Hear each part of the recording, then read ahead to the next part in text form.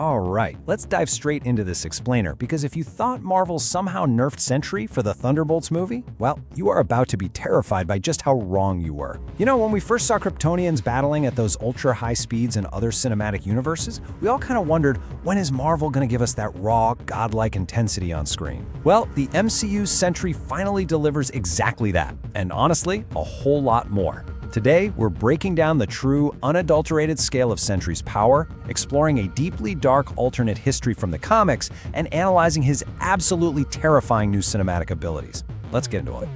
Remember when Val flat out said Sentry was made to be stronger than the combined Avengers? Yeah, it turns out she absolutely wasn't lying about him being able to take down heavy hitters like Hulk and Thor. This wasn't just some slick corporate hyperbole from her. It's a statistical reality. See, Sentry isn't just another super soldier. He is quite literally a walking extinction-level event, just disguised as a hero. Moving into Section 1, Measuring God-Level Power. To really wrap our heads around the scale of this threat, we have to look at the raw, cosmic-level math behind his abilities. And let me tell you, the numbers are absolutely staggering. The crucial detail here is 10 to the 44th power joules. That is the total amount of energy our actual sun generates over its entire 10 billion year lifetime. Just think about that for a second. Now take all of that energy, force it to release instantly in a single explosive moment, and then multiply it by 1,000. That is the baseline power of Sentry.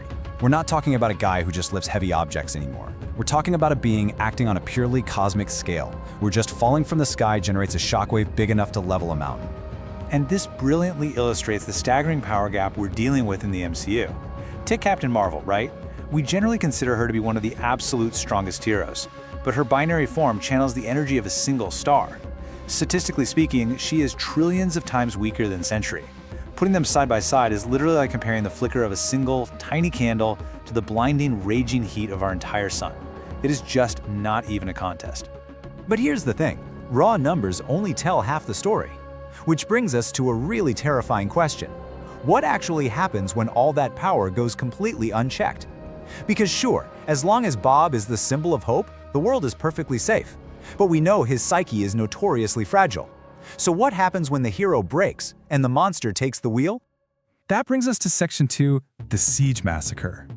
We have to talk about an alternate version of the Siege comic storyline, which is honestly a pure horror story of what happens when Sentry never gets exhausted. In the main continuity, Sentry gets worn down and eventually defeated by the Avengers during the Siege of Asgard. But in this alternate reality, he had time to rest before the battle. And the relentless momentum that follows is just terrifying. Before the siege even fully kicks off, he effortlessly rips Ares, the literal god of war, in two, without even breaking a sweat. When the siege actually starts, he systematically dismantles the Avengers.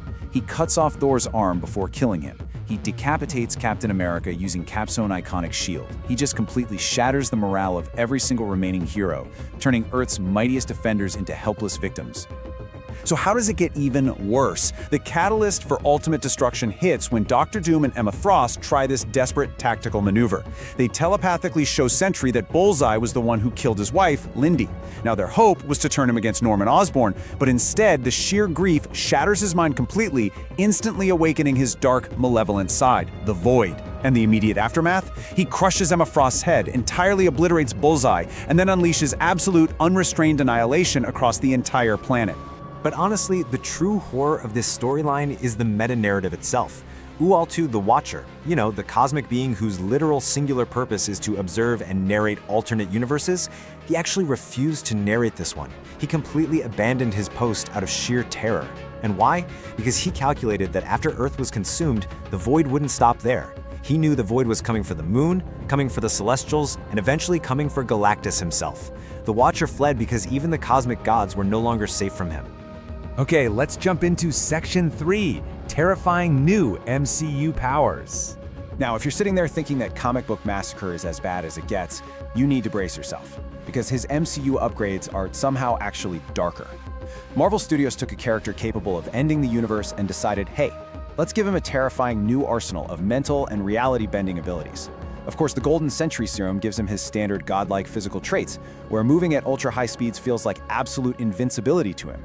His super strength, his invulnerability, his flight, it all makes him a one-man army who can turn the tide of literally any physical battle without breaking a sweat. But it's his incredibly dark telepathy that truly breaks the scale here. We saw this beautifully and terrifyingly demonstrated in the MCU when he nearly forced John Walker to take his own life through sheer, overwhelming guilt. Think about that. He doesn't even need to lay a finger on you. He can completely bypass your physical defenses, slip right into your mind, and weaponize your deepest, darkest traumas against you, literally ordering his opponents to destroy themselves. And there's a really interesting swap here. While the comics originally gave him high-level molecule manipulation, the MCU traded that out for next-level telekinesis, which we saw him use with devastating effect at the Watchtower.